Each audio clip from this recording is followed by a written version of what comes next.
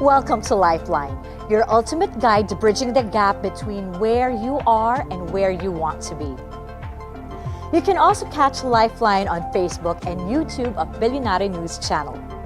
I am your host, Carelle Herrera, and in every episode we sit down with experts and individuals who faced challenges, embraced change, and discovered what it takes to move forward. Together, we listen to stories that can help you unlock your fullest potential, whether it is in your career, relationships, health, or personal growth. Join us as we discover how you can create the life you have always dreamed of. Let us all find out right here on Lifeline.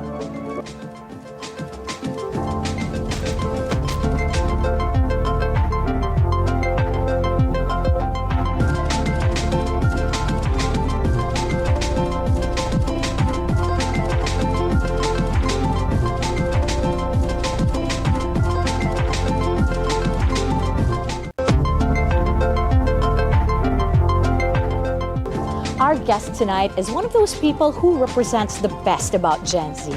He has a clean-cut image, and at the same time, he is living through the challenges and expectations, witnessing and being a part of a generation that will be leading our future. How do we understand this generation more, collaborate with them? Tonight, his story might just show us how. At 16, he stepped into a reality show as a shy, half-Filipino teen chasing a dream. By 19, he was a household name, actor, singer, and half of a love team that broke the internet. At 23, he has been a reality star, an actor, a musician, and yet, he will tell you none of that defines him. But behind the bright lights and screaming fans, Edward Barber was fighting a quieter battle. The crushing weight of a generation told to perform happiness even when lost in the dark. So who is Edward Barber? Let's find out today.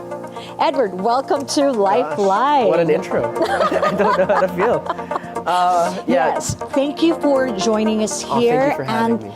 And you know, we saw you on TV at a very young age, Yes. like almost 10 years. So we basically saw you grow up, and you're the poster boy of this generation because we saw it reality, right? Live. But you know, maybe what we could share with people first is your context, your background, you know, a little bit about that. I'm sure a lot of people know you already, but for the others who don't, a little bit about Edward Barber. First off, I'm looking straight into the camera. I'm not the poster child for the generation. I'm not clean cut. I am the most, I am very imperfect. Please, I don't need to be on a pedestal in that regard, but I'm very open with where I struggle with. So, context for those who, I get to say hi, nice to meet you. I grew up in a very small village. I wouldn't even say town, like a small village, maybe town in Germany, 4,000 people, wine country, so vineyards, wilderness, like bawal umingay by at 10 p.m. Okay. So you should be quiet because of the neighbors, you know, like that's how quiet it was. But on the other side, I'm half Filipino, so there's karaoke, there's all this stuff in the basement. We have all sweet spaghetti in Germany is like a cardinal sin. So, but again, we're Filipino, so we love it. But I grew up coming to the Philippines, and like you said, 2016, I joined this reality show, and my whole life kind of shifted. Yes. So I never desired or dreamt of being in this industry. I see God's hand in that in so much, but what I did want was to have something to put on my CV for college, because my sister is very, very smart. You know my sister as well. Yes. Very, very intelligent. So I was like, shucks, kailangan pantayan ko yung kapatid ko. And so I was like, what can I do? I'll audition for the show.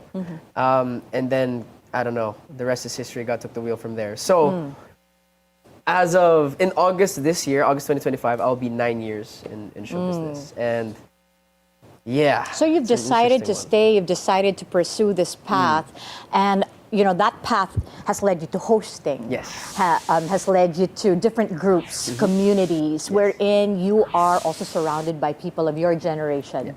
So you are witness to that. You see the best about them. Yes. And yeah, I know you're not perfect because we do not advocate perfection anyway. But what is the good thing about your generation, you think? And what also frustrates you about your generation?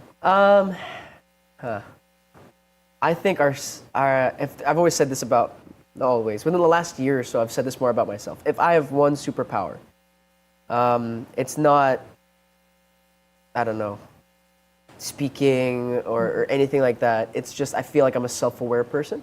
So that's something I've heard a lot of feedback from people leading me in my life who have a voice of authority in my life. They said, at least you're self-aware of either what you're feeling or what you're thinking of your mistakes. I think our generation, or at least my generation, is one of the most self-aware generations we've ever had. Yes. I served three, almost 4 years in a youth ministry. Yes. So we spent every week, multiple days a week, with teenagers 13 to 18. I think I'm fairly well versed in at least the generation, the Gen Z now. Yes. And I think this generation is just becoming more aware of what their parents, Yes. our parents, didn't do and did do. So in the sense of, kung yung tendency dati ng mga magulang or yung mga tao is to suppress or push down emotions. Yes. This is the generation of like, why am I feeling this way? Let me embrace that. Let me understand Yes. at least why. And to a past generation, it looks like we're soft. And that's where I'm gonna bring in the other side of, Yes. minsan may it's too much. You're using it as an excuse. You're using it as a shield to hide behind. But I do believe in, we're learning what it is. We're actually, mental health, emotional health's at the forefront. Yeah. Again, that presents its own challenges. I grew up being called a very emotional, parang especially in a macho, country like the Philippines, where it's like, FPJ, Piolo Pascual. Yeah. I'm like, shucks, I'm in touch with my emotions. What do I do now? I'm not that guy that does that. I'm personally not the type to walk up to a girl and be like, sup, girl. It's different for me. So, sorry, yes. So it's like you're talking about self-awareness, and I love that angle about Gen Zs, very self-aware. Pero di ba meron ding negative connotation yung pagiging woke? I mean, okay. Oh, don't get me started. Oh, Lord. Di ba? Pros and cons of that thing, that term. It's somehow, I don't know, najojolt yung older generations. Yes. Yeah, please give us context to that. So, it's just like this hypersensitivity to, people bring up words like, I'm traumatized. I'm like, are you really traumatized? Right. Come on, let's be a little realistic here. But then again, so I don't know if I'm going off on a tangent here. If a young child drops its ice cream, it cries with all, full-on heart. Because it's like, yun ang pinakamasakit na nangyari sa buhay mo. Yeah. So you have to realize as well, but then again, on the other side, there are soldiers that come home from war and they're used to crazy things. Yeah. And so it's like, their pain is different, but it's the most pain that you've experienced in that moment of your life. And so, our generation was just raised differently. It was raised to not look at that. Yes. And you see the fruit of it, you know. Yung di nag-I love you mga parents minsan or something like that, or they don't know how to show vulnerability. I, as a man at the age of 25 now, almost 25, I'm starting to really face the battles of, a man na ayaw mag-open up. Parang it's hard to be vulnerable in front of people. Yung mas okay minsan maging avoidant, like to be a little bit avoidant. I'm not saying it's okay, but I'm saying, sorry, your topic was woke. No, that's in fine, the though. sense of it's that hypersensitivity to it.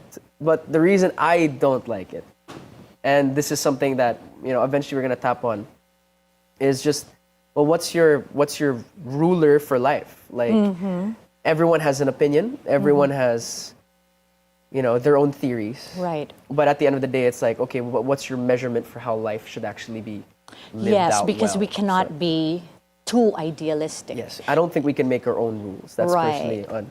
And I on think me. like the millennials, I'm not a millennial, I'm Gen X.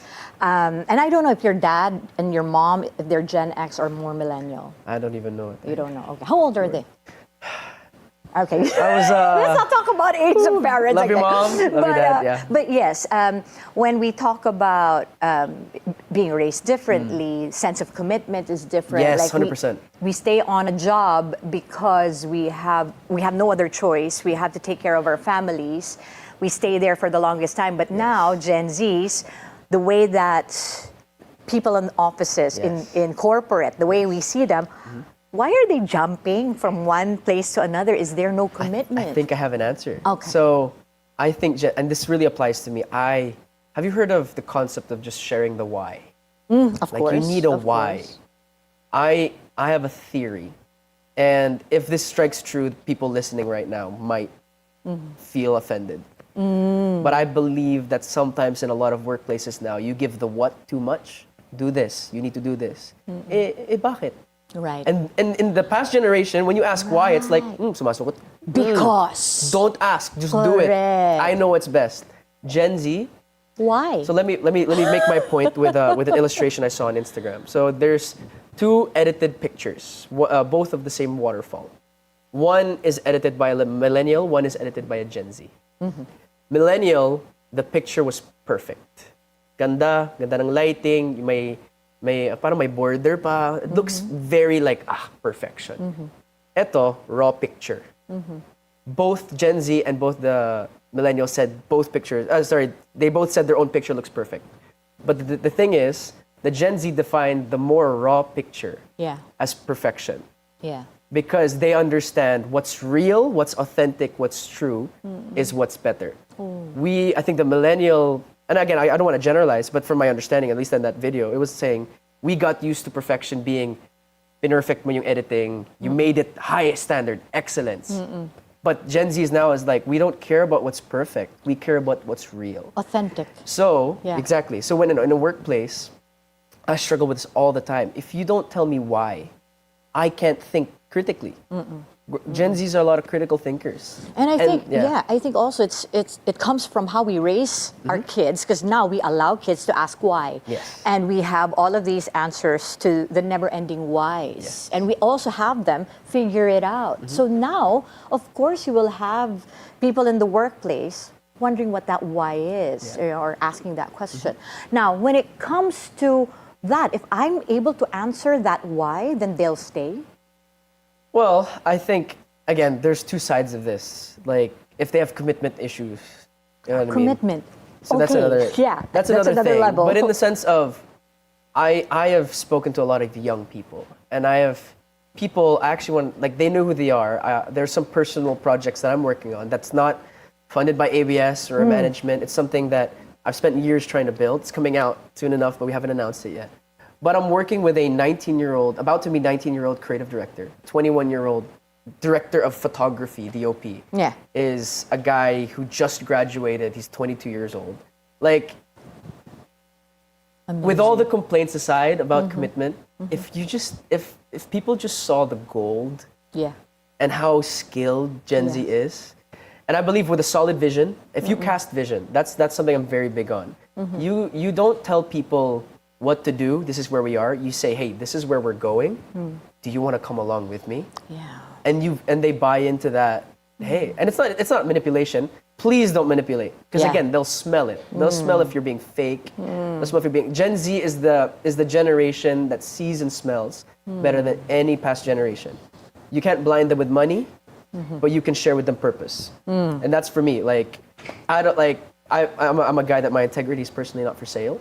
So if there's something that I don't want to do, I'm not going to do it. You can't pay me enough money to sell my soul, to be honest. Yeah, and that is truly inspiring, Edward, knowing that your values, your integrity, it's very intact. And I think that's something that we are all excited with the future generation and for the future of this country. But before we talk about all of these things, I want to talk about the relationship aspect, the fluidity and all of that, the non-commitment and stuff. Let's all talk about that after the break.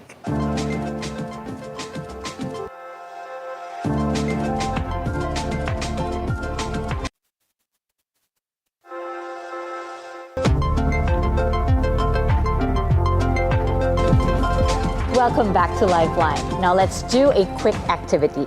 I've done a survey, Edward, and I asked people what are the things that they usually misunderstand about Gen Z. You could see here the first and yung pinakamaraming votes, over dramatization and oversensitivity. So that's the number one thing that they misunderstand. And I think you touched on that a bit, right? The emotional aspect and they call it drama. I don't know. They lack strong work ethic and commitment. You've touched on that as well. They are too idealistic and highly emotional about issues without practicality, and seeks instant gratification and reward without the effort. Okay. Ooh, okay. Interesting. I think that's just a result of social media. Yeah. You want something, you want entertainment, you get it instantly.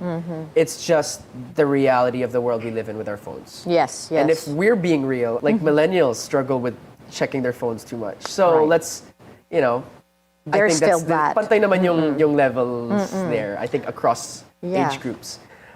Too idealistic and highly emotional about issues without practicality. I mean, my first thought there is, you know, if they have, I guess what in the context of a workplace, it means they're questioning maybe decisions, right? And there's a right way to do that. But I've always learned if you question with the right spirit, the right heart, instead of like why, it's, hey, why are we doing this? That's different, right? And to be honest, if leaders, I'm saying leaders in a workplace, have an issue with that, I would question, why do you have an issue with that? Because if they're asking why and they want to know, it's not questioning your decision. Maybe, I'm not going to lie, are some leaders too insecure? Like, do they not know the why themselves? Because if you don't Right. know why you're doing something and you're telling people to do stuff, Right. you're just following the blind. Like, you know what I mean? So if they're idealistic, try and figure out why. What's the, and realize that's a power source. That's a, like, this generation is so passionate. Like, if we're passionate about posting TikTok videos, imagine how passionate they could be. Realize there's a power in that passion. Right. Strong work ethic, again, the why, the commitment. Again, tell them, we want to know where we're going. I think one thing Gen Zs need to know, and this has helped me so much, I've had that. Again, I grew up being called sensitive. I was that guy that was, like, understood his emotions. So that ended up, I could connect to women better. I can get to men, younger, older. It allowed me to connect with people. So I was called, like, you're too kind, you're too nice, you're too sensitive, you're too emotional. Not realizing that's a superpower because I can then understand, connect to people. Yeah. Yeah. You When can look someone- at it negatively yeah, or in a exactly. good way. Yeah. 100%. How do you correct behavior like that, oversensitivity? When Gen Zs realize there's someone, and you have to actually care. If you pretend to care, again, they smell the crap. If you're lying, and this, I'm sorry, I come from a showbiz background, but that stands for showbiz and anywhere else. Right. I was telling you earlier, I think the lines of the Gen Z are so media trained. Yes. They know how to dance, they know how to sing, they know how to Yes, host, they know how to yes. talk already. People don't realize how overlapping show business is with all of our real worlds right now just because of social media. And It all this is. stuff. It is. And we were what I talking mean? about TikTok a while ago, and Yep. you know, looking at the instant gratification. Now there's that avenue wherein you can get famous 100%. instantly, right? Yeah. And we were talking about that. I'd like Yes. to talk about show business Yes. and how was it like 9 years ago and now, and I'm Oh. sure it's a lot different 30 Oh. years ago. I would throw the question, how is the business space now versus 9 years ago? It's probably similar in a lot of ways. In a lot of ways, Just yes. because showbiz before, I came into showbiz, oh gosh, didn't know how to talk, like conscious about my breath, like I always bring mints. Like, it's like you're worried about, you're not trained to be Yeah. in this space. And that's why before, I think people came in with a lot less, you're not sure of yourself. And now it's like people walk in like, "Hindi, I know who I am. I know what I Yeah. believe." And again, that grows and changes and shifts over time with Gen Z.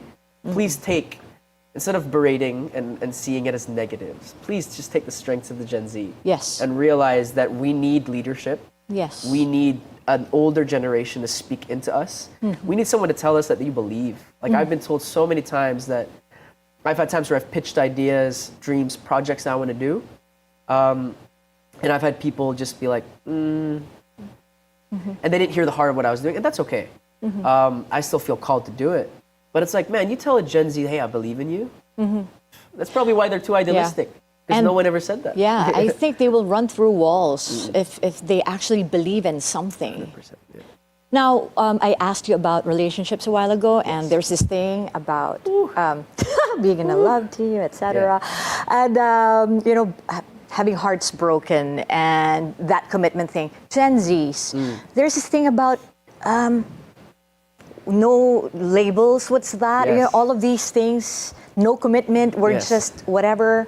Okay, first off, I'm not in a relationship. Okay. And the reason I say that is because one of the personal approaches I have towards relationships is I only talk to married men.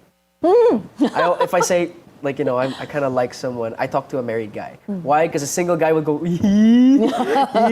as soon as a girl comes in, bro.